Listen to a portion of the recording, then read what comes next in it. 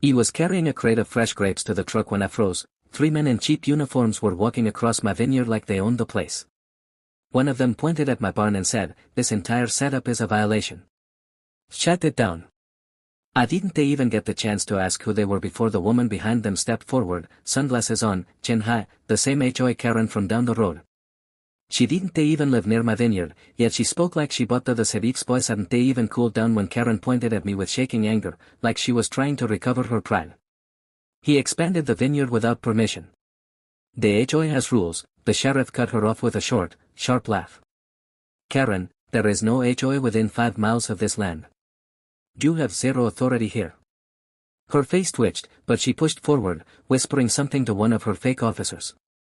The man stepped toward my barn again, pretending to take notes like he was inspecting a crime scene. He walked closer and said, "You really want to keep this up?" The man avoided eye contact, but Karen didn't.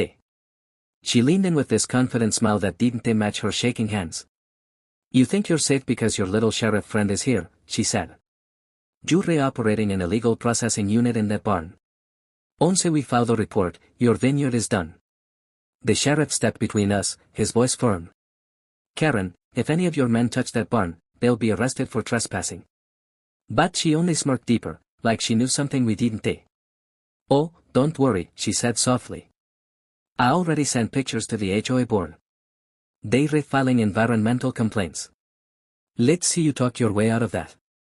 For a moment, I felt my stomach drop, not because of her threats, but because she was using every dirty trick to push me. Then my phone buzzed. A single message popped up on the screen. He looked at it, and I felt the air shift. Karen noticed my change in expression. "What now?" she said, trying to sound bold. I looked up at her slowly and said, "You just sent pictures of a building that isn't even on this property." Her eyes blinked fast, confused. The sheriff raised a brow. I continued, "At barn jury reporting? That's on county land. And the county manager just texted me." Karen stepped back like she'd hit an invisible wall. "No, that's not possible." He saw the map. He gave a small smile. "Yeah, you saw a map. Not the right one." Karen froze, like her brain was trying to reload everything at once.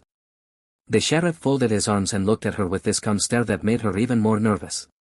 "So," he said, "you filed complaints about a building you don't even understand?" But Karen didn't answer him. She rushed past us toward the edge of the vineyard, pulling a wrinkled paper from her bag like it was some kind of magic proof. "This is the map your neighbor gave us," she shouted. "He said you're blocking the HOA scenic right-of-way. He said this whole area belongs to the community." She was breathless, desperate, completely convinced she had some kind of winning trump card. But the sheriff just stepped closer, took one glance at the paper, and let out a slow whistle. "This isn't an official survey," he said. "This is a property sketch printed from Google Maps." Her face broke. No, that's not true." It told me. Suddenly, from behind the grape rows, my neighbor Tom stepped out. The same man who had complained for years about the ugly tractors I used, the same man who tried to buy my land for pennies last fall. He walked toward us with a smug grin. "Don't blame her," he said. "She's just trying to keep this area clean. This vineyard ruins the neighborhood." I looked at him, and he looked back at me with that thin smile he always hid behind community concern. But this time he slipped. "One wrong sentence. You should have sold when you had the chance," he said. "Now the HOA will shut you down for good."